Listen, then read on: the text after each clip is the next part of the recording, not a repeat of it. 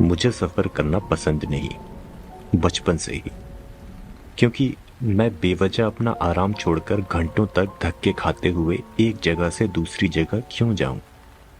Time भी खराब, पैसे भी खराब और सुख चैन भी खराब होता है।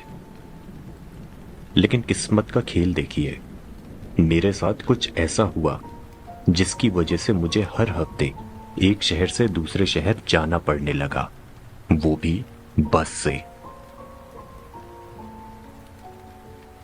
मुझे कभी भी रात को चलने वाली बसें पसंद नहीं थी, लेकिन वो सस्ती होती हैं। रात में ट्रैफिक भी बेहद कम होता है और बस में लगभग हर कोई बस सोया रहता है। इस वजह से हल्ला गुल्ला और शोर शराबा बिल्कुल ना के बराबर रहता है। मैंने सोचा कि जब बस में सफर करना मजबूरी है ही, तो क्यों ना रात की बस में ही सफर किया जाए। रातों में बस से सफर करने पर मुझे पता चला कि रात का सफर एक अजीब सा माहौल होता है। आप आधा जागते आधा सोए हुए रहते हो और इंजन की आवाज ऐसी लगती है जैसे कोई आपको सुलाने के लिए बेचैन सी लोरी गा रहा हो। उस रात भी मैं शहर से रात के लगभग 8 बजे बस में चढ़ा। मेरी पहले की यात्राओं की ही तरह मैंने सोचा सुबह तक अपने शहर पहुंच जाऊंगा। अक्टूबर का महीना था। सफर में कुल 9 घंटे के करीब लगने थे और रास्ता बीच के कुछ घंटे एक घने जंगल से गुजरता था। वही जंगल जिसके बारे में बचपन से सुनी हुई कहानियां मुझे अभी तक याद थी। ये वैसी ही कहानियां थी जिनको बचपन में आपके माँ बाप सुनाते होंगे, आपको डराकर सीधा रखने के लिए।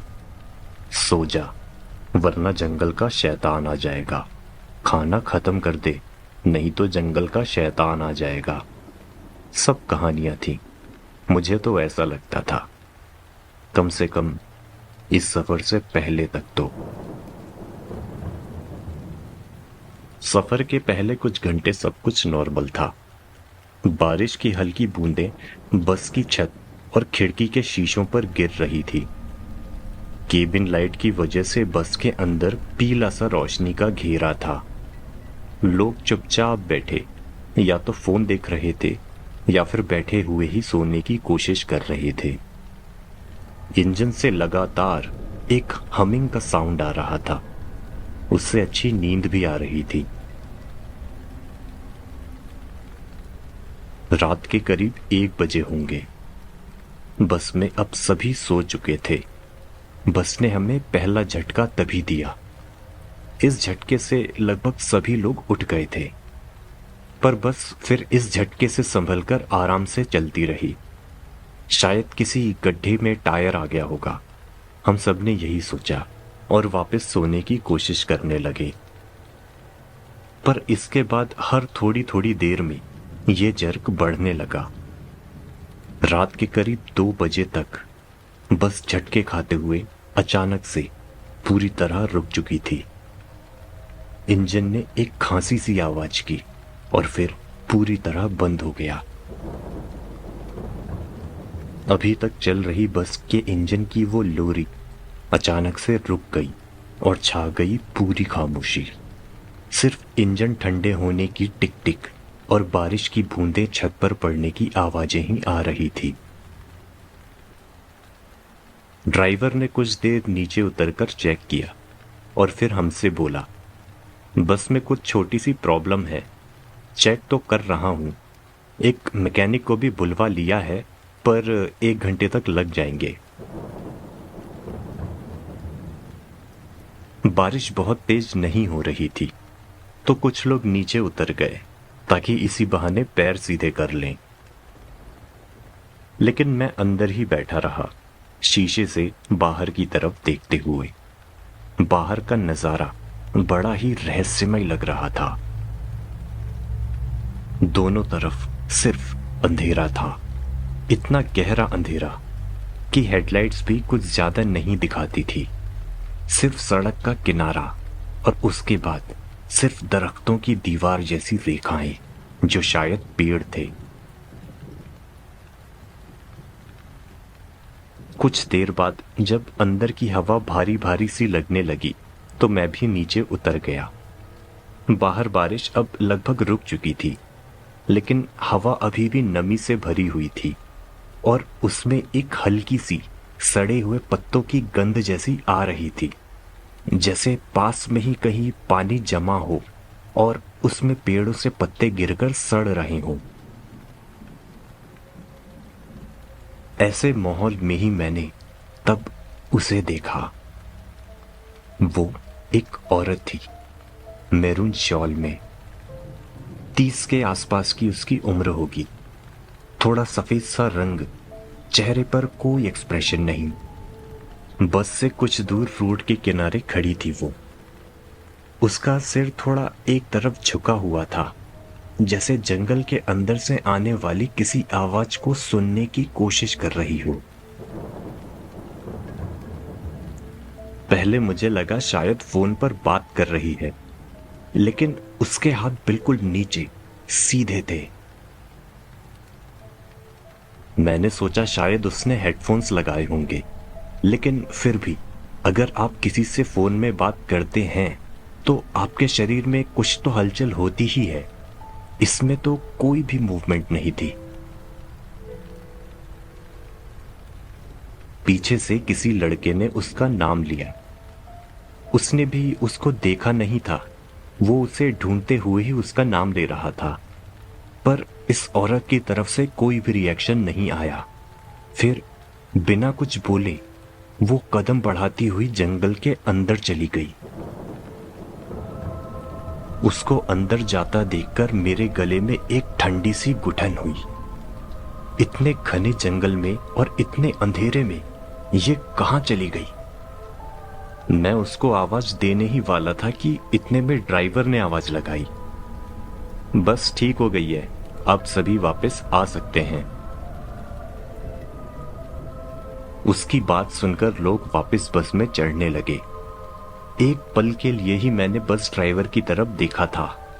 जब वापस नजरें पेड़ों की तरफ गईं, तो देखा कि वो औरत अब वापस आ रही थी, लेकिन अब उसमें कुछ बातें अलग थी। उसका शॉल एक कंधे से फिसल गया था, जैसे अब उसने उसे ओढ़ा नहीं, बस कंधे पर लटकाया हुआ था।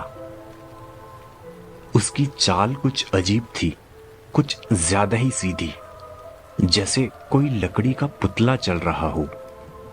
आंखों में उसके अजीब सा खालीपन था, जैसे वो बस अपनी मंजिल की तरफ जा रही हो और आसपास मतलब हमें देख ही ना रही हो। इसी तरह चलते हुए वो चुपचाप अपनी सीट पर बैठ गई। बस फिर से चल पड़ी। मैं उस औरत की पीछे वाली रो में था। मैंने खिड़की के शीशे के रिफ्लेक्शन में उसको देखा। उसके होंठ हल्के से हिल रहे थे, जैसे वो कुछ बोल रही थी, लेकिन आवाज नहीं आ रही थी। शायद वो कोई गाना गुनगुना रही थी। रास्ता जंगल के अंदर घुसता गया। पीछे बैठे लड़कों के ग्रुप में से किसी ने कुछ मजाक किया, लेकिन कोई नहीं हंसा। सब अब वापस से सो जाना चाहते थे, पर मेरा ध्यान तो अब सामने बैठी उस औरत पर था।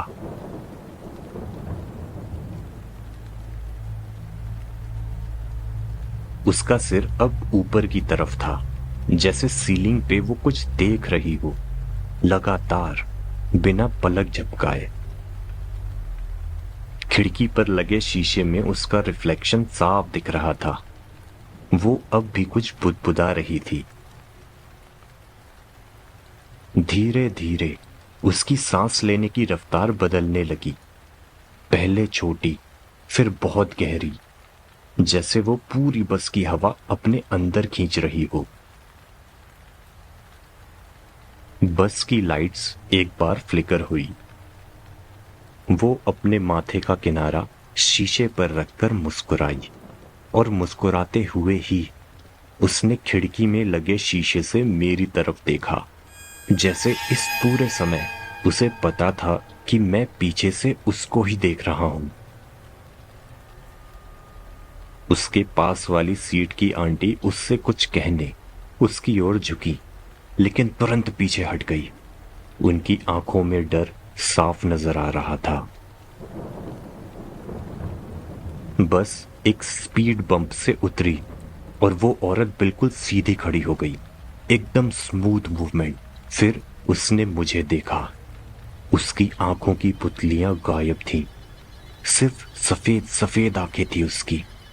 उसके खड़े होते ही बस में भी एक अजीब सा कंपन हुआ, जैसे खुद ये बस भी डर गई हो।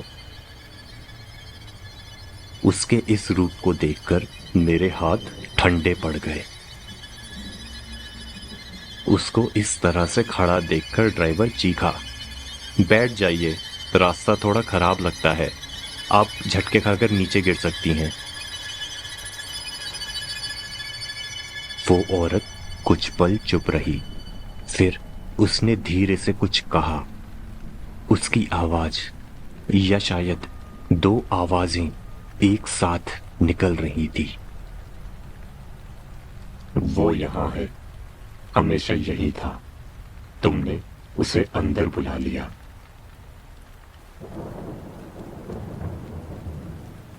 उसके ये कहते ही साथ बस की छत से कुछ रगड़ने के जैसी आवाज आई, जैसे कोई छत को छील रहा हो। साथ ही साथ बस के बगल से ही किसी के भागने की आवाजें आने लगी। आश्चर्य था कि आवाज बस की स्पीड के साथ साथ मैच कर रही थी। कोई या कुछ तो था जो बस के साथ साथ दौड़ रहा था। कुछ समय तक ऐसा ही चलता रहा।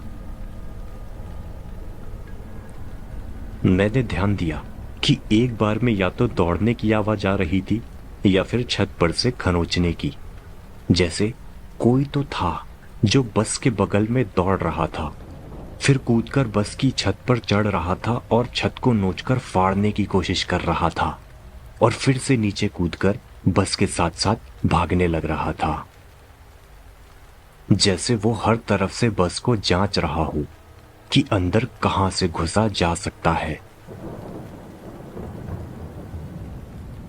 अब तक सारे पैसेंजर्स उठ चुके थे। डरे सहमे से हम खिड़कियों से बाहर देखने की कोशिश करने लगे कि आखिर हमारे साथ ये भाग क्या चीज रही है। पर जंगल के अंधेरे में बारिश की हल्की हल्की बूंदों और धुंध में बाहर का ठीक से दिख ही नहीं रहा था। ऊपर से ये जो भी था, उसकी रफ्तार इतनी तेज थी कि उसकी झलक पाना ही मुश्किल हो रहा था। बस बीच बीच में रह रहकर बस की गीली खिड़कियों में एक पंजा दिखता।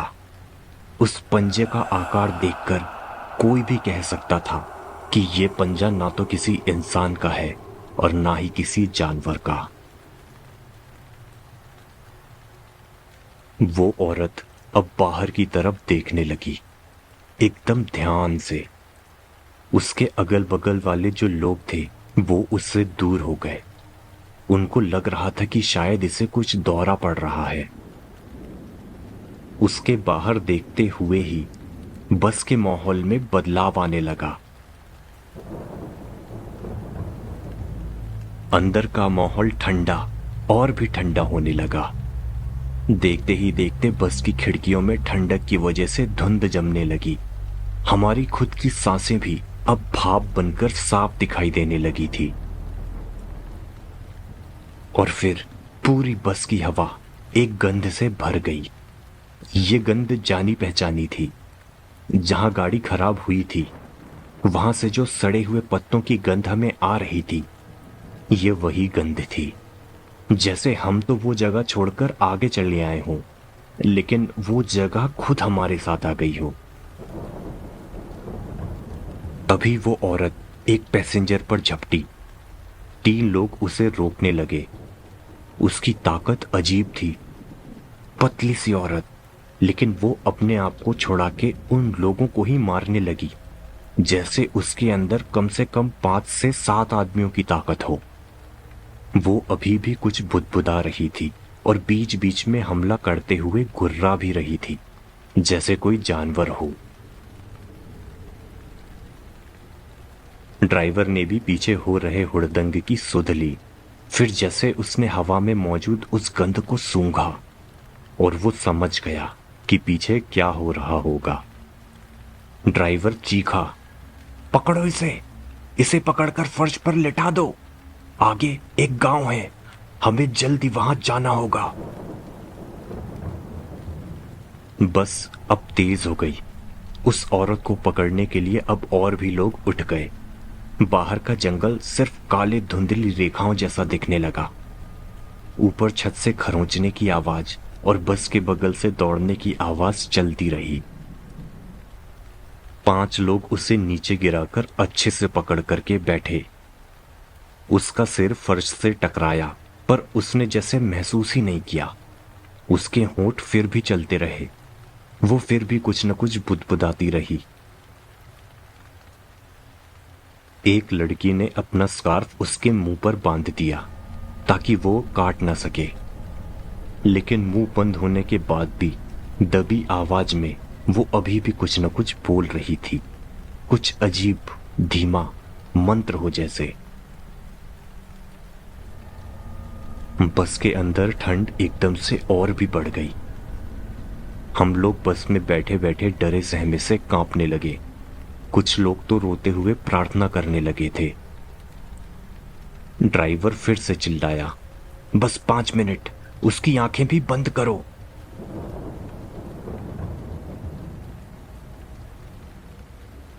किसी ने उसकी आंखें अपने हाथों से ढक दी। उसने एक ऐसी चीख मारी कि हमारा दिल धक्के से हो गया, और फिर उस औरत का पूरा जिस्म फर्श पर पड़े पड़े हिलने लगा, जैसे वो बोलने और देखने के लिए मचल रही हो और उसको ऐसा करने ना दिया जा रहा हो। बस ने एक और तेज मोड़ लिया। टायर्स भी अब जैसे चीख रहे थे। ऊपर छत से आवाज अब कम होने लगी। ड्राइवर ने जैसा भी हमें करने के लिए बोला था वो काम कर रहा था। और तब दूर से एक स्ट्रीट लाइट के नारंगी रोशनी का गोला दिखाई दिया। जंगल अब खत्म होने लगा था। गांव और घर दिखने लगे थे। ऊपर का शोर एकदम बंद हो गया।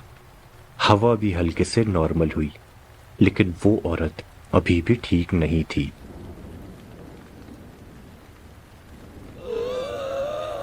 बस गांव के बीच में रुक गई। दरवाजा खुला और कुछ गांव वाले भाग कर आए। बिना कुछ पूछे उन्होंने उसके हाथ पैर पकड़े, कुछ लोकल भाषा में बातें की और उसे उठाकर एक छोटे मंदिर की तरफ ले गए। उसकी चीखें हवा में गूंजती रही तब तक जब तक मंदिर का भारी दरवाजा बंद नहीं हो गया। हम बस में चुपचाप बैठे रहे। ड्राइवर ने 3 सिगरेट्स एक के बाद एक जलाई। 1 घंटे बाद गांव वाले वापस आए, बिना उसके। उन्होंने हमसे सिर्फ इतना कहा, आप जाइए, हम सब संभाल लेंगे। बस आगे चली गई बिना उसके। रास्ता फिर से जंगल की तरफ जा रहा था। मैं शीशे से बाहर देख रहा था। पेड़ एकदम सुस्त, हवा एकदम शांत। बस के अंदर भी एकदम शांति थी। नींद सबकी उड़ चुकी थी, लेकिन कोई भी इस हादसे के बारे में बात तक नहीं करना चाहता था। लेकिन कहीं पीछे मुझे ऐसा लगा जैसे वो कदम अभी भी चल रहे हों, उसी अंधेरे में, पर इस बार हमसे दूर।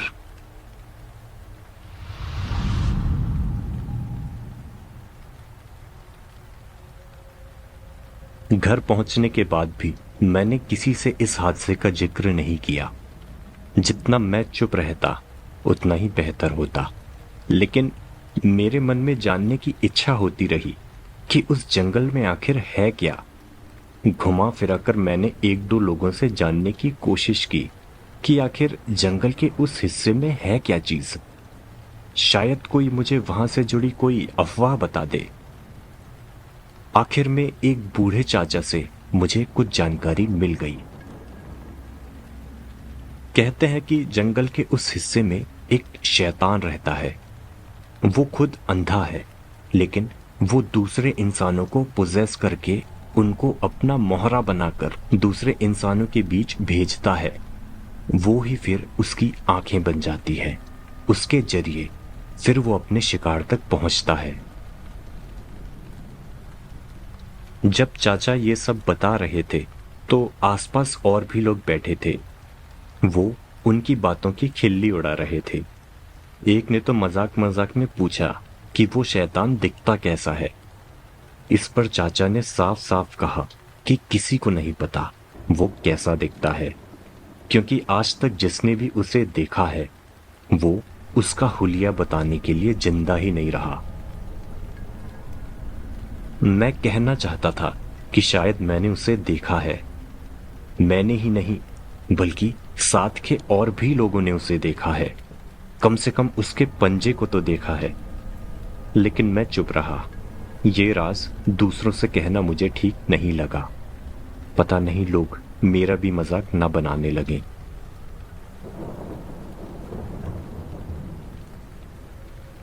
इस पूरी घटना को मैं अब बस एक बुरे सपने की तरह भुला देना चाहता था। समय के साथ काफी हद तक मैं इसमें सफल भी हो रहा था, लेकिन असल में ये पूरी घटना अभी भी मेरे मन के किसी कोने में दबी हुई बाहर आने का इंतजार कर रही थी। देखते ही देखते 6 महीने बीत गए। एक शादी में बारात का हिस्सा बनने मुझे पास के एक गांव में जाना पड़ा। ज्यादा दूर नहीं था ये गांव, मतलब अगर खुद की गाड़ी से जाएं तो 20 मिनट का ही रास्ता होगा। शादी मेरे एक खास परिवार में हो रही थी, तो मैं शादी से काफी पहले ही वहां गांव में चला गया था। मेरे रहने की व्यवस्था उन्होंने वहीं पर कर दी थी। एक सुबह मैं उठकर गांव के थोड़े बाहर की चाय की दुकान पर पहुंचा। सुबह सुबह ये दुकान गांव के लोगों के मिलने का अड्डा हुआ करती है। उस तरह के लोगों का जिनको किसी काम की कोई जल्दी नहीं होती। मैं वहां मौजूद किसी को जानता नहीं था, इसीलिए थोड़ा अलग बैठा हुआ था।